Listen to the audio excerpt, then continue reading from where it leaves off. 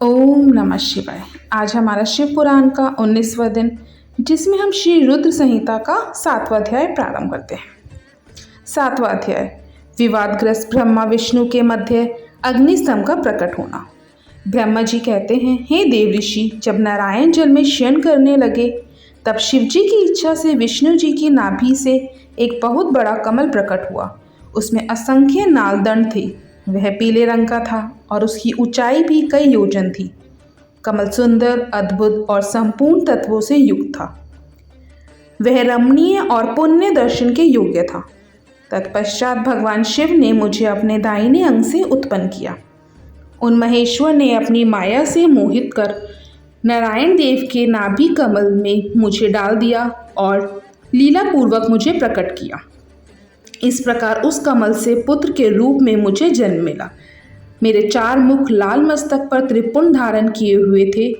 भगवान शिव की माया से मोहित होने के कारण मेरी ज्ञान शक्ति बहुत दुर्लभ हो गई थी और मुझे कमल के अतिरिक्त कुछ भी दिखाई नहीं दे रहा था। मैं कौन हूँ, कहाँ से आया हूँ, मेरा कार्य क्या है, मैं किसका पुत्र हूँ, किसने मेरा निर्माण किया है। कुछ इसी प्रकार के प्रश्नों ने मुझे परेशानी में डाल दिया था।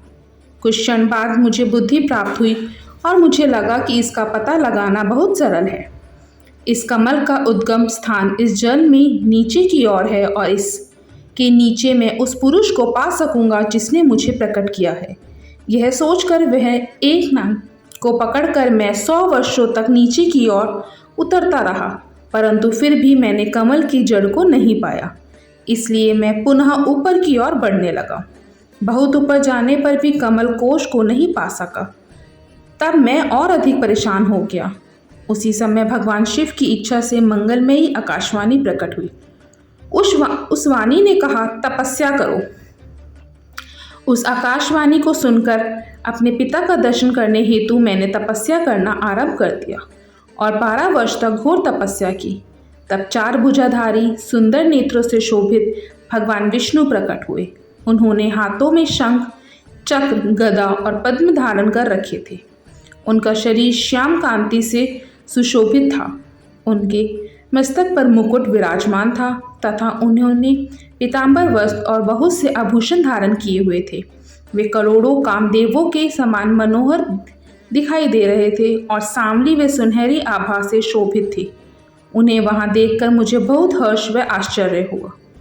भगवान शिव की लीला से हम दोनों में विवाद छिड़ गया कि हम में बड़ा कौन है। उसी समय हम दोनों के बीच में एक ज्योतिर्मय लिंग प्रकट हो गया। हमने उसका पता लगाने का निश्चय किया। मैंने ऊपर की ओर और विष्णु जी ने नीचे की ओर उस स्तंभ के आरंभ और अंत का पता लगाने के लिए चलना आरंभ किया, परंतु हम दोनों को उस स्तंभ का कोई और छोर नहीं मिला। थककर हम दोनों अपने उसी स्थान पर आ गए। हम दोनों ही शिव जी की माया से मोहित थे। श्री हरि ने सभी ओर से परमेश्वर शिव को प्रणाम किया। ध्यान करने पर भी हमें कुछ ज्ञात न हो सका। तब मैंने और श्री हरि ने अपने मन को शुद्ध करते हुए अग्निस्तंभ को प्रणाम किया। हम दोनों कहने लगे, महाप्रभु, हम आपके स्वरूप को नहीं जानते। आप जो भी हैं, हम आपको नमस्कार करते हैं। आप शीघ्र ही हमें अपने असली रूप में दर्शन दें। इस प्रकार हम दोनों अपने अहंकार को भूलकर भगवान शिव को नमस्कार करने लगे। ऐसा करते हुए 100 वर्ष बीत गए। ओम नमः शिवाय।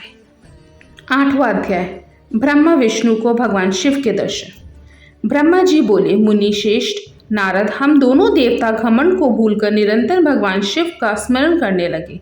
हमारे मन में ज्योतिर्लिंग के रूप में प्रकट परमेश्वर के वास्तविक रूप का दर्शन करने की इच्छा और प्रबल हो गई।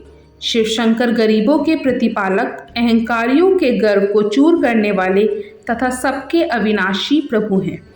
वे हम पर दया करते हुए हमारी उपासना से प्रसन्न हो गए।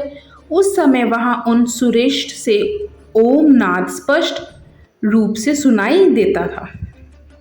उस नाद के विषय में मैं और विष्णु जी दोनों यही सोच रहे थे कि यह कहाँ से सुनाई पड़ रहा है। उन्होंने लिंग के दक्षिण भाग में सनातन आदि वर्ण आकार का दर्शन किया, उत्तर भाग में उकार का, मध्य भाग में मकार का और अंत में ओम नाद का साक्षात दर्शन एवं अनुभव किया। दक्षिण भाग में प्रकट हुए आकार का सूर्यमंडल के समान तेजोमय रूप देखकर जब उन्होंने उत्तर भाग में देखा तो वह अग्नि के समान दीप्तिशाली दिखाई दिया। तत्पश्चात ओम को देखा जो सूर्य और चंद्रमंडल की भांति स्थित थे और जिनके शुरू एवं अंत का कुछ पता नहीं था तथा सत्य, आनंद और अमृत स्वरूप पर ब्रह्मा पारायण ही दृष्टिगोचर हो रहा था। परंतु यह कहाँ से प्रकट हुआ है? इस अग्निस्तंभ की उत्पत्ति कहाँ से हुई है? यह श्री हरि सोचने लगे तथा इसकी परीक्षा लेने के संबंध में विचार करने लगे। तब श्री हरि ने भगवान शिव का चिंतन करते हुए वेद और शब्द के आवेश से युक्त हो अनुपम अग्निस्तंभ के नीचे जाने का निर्णय लिया। मैं और विष्णु जी विश्वासात्मा शिव का चिंतन कर रहे थे, तभी वहां एक ऋषि प्रकट हुए। उन्हीं ऋषि के द्वारा परमेश्वर विष्णु ने जाना कि इस शब्द ब्रह्म में शरीर वाले परम लिंग के रूप में साक्षात पर ब्रह्म स्वरूप महादेव जी प्रकट हुए हैं। ये चिंता रहित रुद्र है, पर ब्रह्म परमात्मा शिव का वाचक प्रणव ही है। वह एक सत्य परम कारण, आनंद, अकृत, परात्पर और परब्रह्मा है। प्रणव के पहले अक्षर आकार से जगत के बीजभूत अर्थात ब्रह्मा जी का बोध होता है। दूसरे अक्षर उकार से सभी के कारण श्री हरि विष्णु का बोध होता है। तीसरा अक्षर मकार से भगवान शिव का ज्ञान होता है। आकार सृष्टिकर्ता, उकार मुंह में डालने वाला और मकार नित्य अनुग्रह करने वाला है।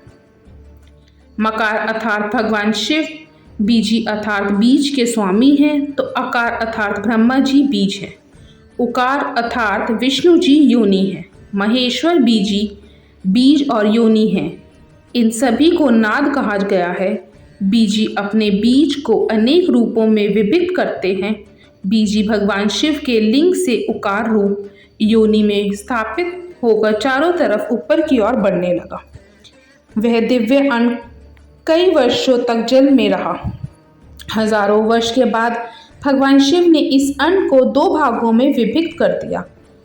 तब इसके दो भागों में से पहला स्वर्णमय कपाल ऊपर की ओर स्थित हो गया, जिससे स्वर्ग लोक उत्पन्न हुआ तथा कपाल के नीचे के भाग से 5 तत्वों वाली पृथ्वी प्रकट हुई।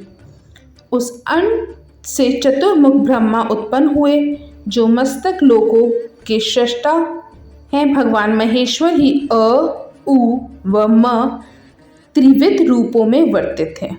इसलिए ज्योतिर्लिंग स्वरूप सदाशिव को ओम कहा गया है। इसकी सिद्धि यजुर्वेद में भी होती है। देवेश्वर शिव को जानकर विष्णु जी ने शक्ति संभूत मंत्रों द्वारा उत्तम एवं महान उद्युत से शोभित भगवान शिव की स्तुति करनी शुरू कर दी। इसी समय मैंने और विश्वपालक भगवान विष्णु ने एक अद्भुत व सुंदर रूप देखा, जिसके 5 मुख, 10 भुजा, कपूर के समान गौरवर्ण, परम कांति में अनेक आभूषणों से विभूषित, महान उदार, महावीर्यवान और महापुरुषों के लक्षणों से युक्त था, और जिसके दर्शन पाकर मैं और विष्णु जी धन्य हो गए। तब परमेश्वर महादेव भगवान प्रसन्न होकर अपने दिव्यमय रूप में स्थित हो गए। आकार उनका मस्तक और आकार ललाट है। इकार दाहिना और ईकार बायां नेत्र है। ओकार दाहिना और ऊकार बायां कान है। त्रिकार दायां और त्रिकार बायां गाल है। लृ उनकी नाक के छिद्र हैं।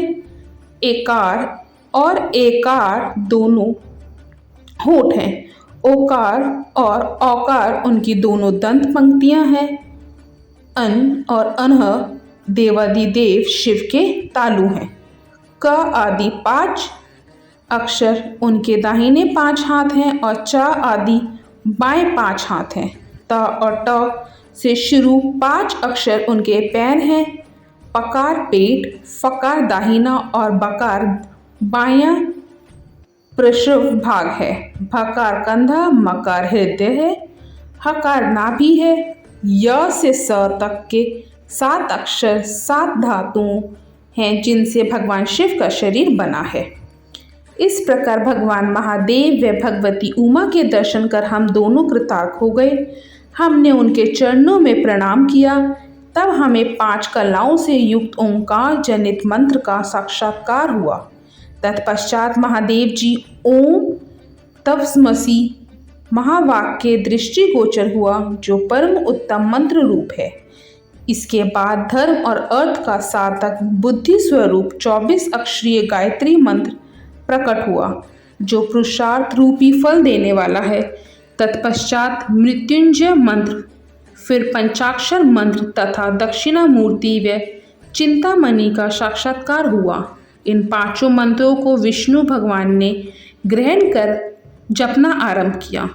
ईशो के मुकुटमणि ईशान हैं, जो पुरातत्व पुरुष हैं, हृदय को प्रिय लगने वाले, जिनके चरण सुंदर हैं, जो सांप को आभूषण के रूप में धारण करते हैं, जिनके पैर व नेत्र सभी ओर हैं, जो मुझ ब्रह्मा के अधिपति, कल्याणकारी तथा सृष्टि पालन एवं संहार करने वाले हैं। उन वरदायक शिव की मेरे साथ भगवान विष्णु ने प्रिय वचनों द्वारा संतुष्ट चित्त से स्तुति की। ओम नमः शिवाय।